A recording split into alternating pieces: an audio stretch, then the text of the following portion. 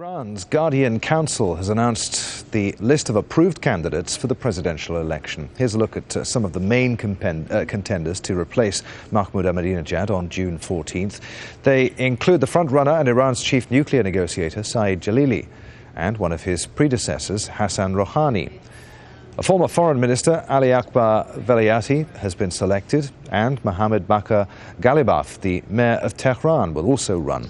And they're joined by Gholam Ali Haddad Adal, the Speaker of Parliament, and MOHSEN REZAEI, a past commander of the Revolutionary Guards. But one candidate who's been excluded is the former President Akbar Hashemi Rafsanjani, a reformer seen as a possible challenger to conservative elites. Well, what to make of all of this?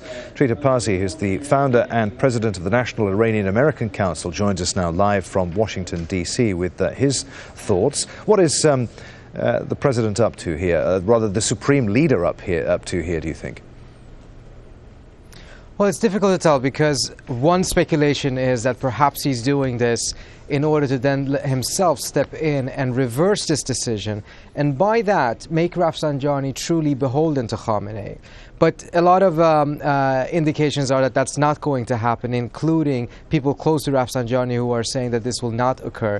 And as a result, Rafsanjani may be completely excluded, and that leaves the remaining candidates being essentially people that are completely loyal to Khamenei, or people that are seen as being such long shots that they're okay to be on the ballot. And it means that the choices that the people in Iran have in front of them are increasingly limited, almost perhaps completely irrelevant. So it's almost as though Khamenei has done this because he wants to see how people are going to react.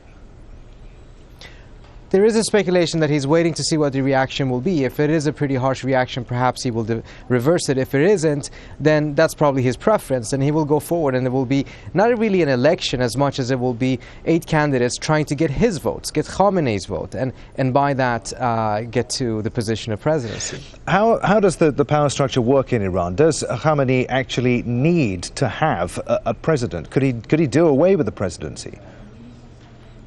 There is some speculation thinking that if he manages now to get a completely loyal person, then for the next 8 years he will have enough time to change the constitution in Iran and completely abolish the presidency as a whole. That would probably be his preference, and it would lead to a situation in which, in essence, any type of pretense or veneer of democracy or people having choices will be gone, and it will truly be a one-man dictatorship. All right, so even though this election is now only a matter of weeks away, June 14th, almost anything could happen. It's still pretty much up in the air.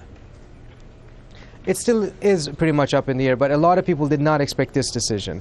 They expected that Rafsanjani would not have entered the race unless he had some form of a guarantee that he would be okayed by the Guardian Council, or that Khamenei would ensure that that would happen. So this has come as a surprise to a lot of people, and at the same time, as you mentioned, there's still some time left. A lot of other things can still happen.